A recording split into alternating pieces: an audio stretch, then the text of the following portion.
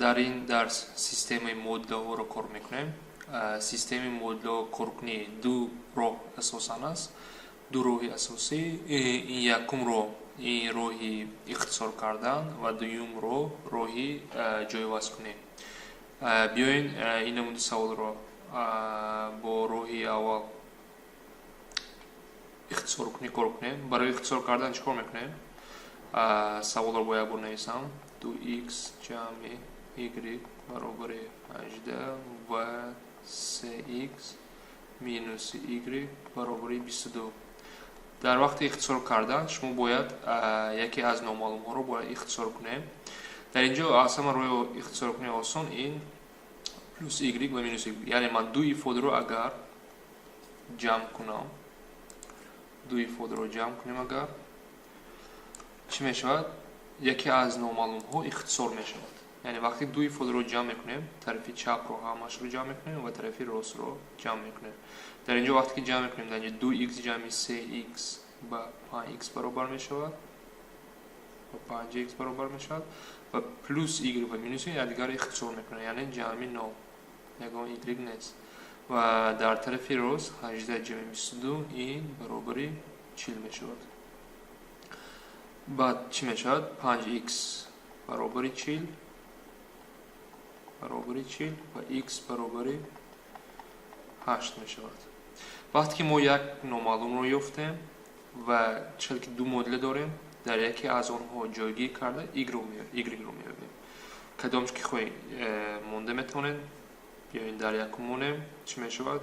2 ضرب 8 جمع y برابر 18. از اینجا 16 جمع y برابر 18 و y برابر چی می شود؟ 2 می شود.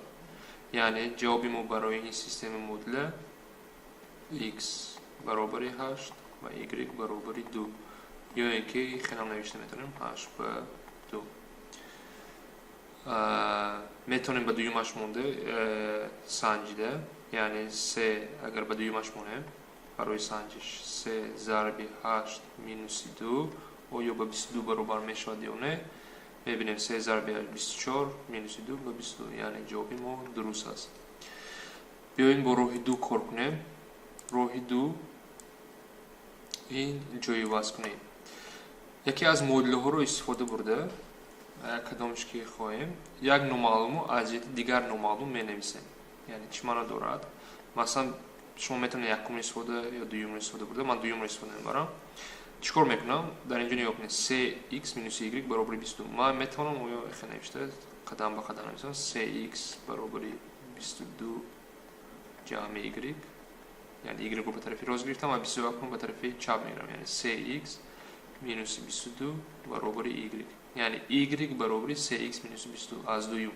وقتی که من دوم رو استفاده بردم همین نامعلوم رو به یکم میمونم، یعنی جای y ده در یکم من 3x مینوس 22 رو مینویسم.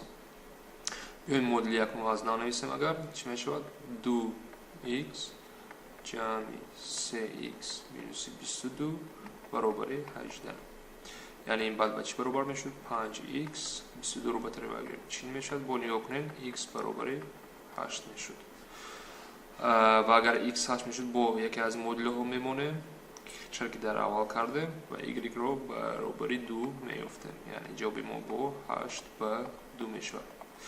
بیاین برای دیگرگون کردن یکم رو استفاده بریم. برای آیا درست است یا نیست همین رو یعنی یکم رو در یکم من چی می نویسم با که در اونجا y خودش یکم رو عوض کنم من می نویسم 2x جمع y برابر 18.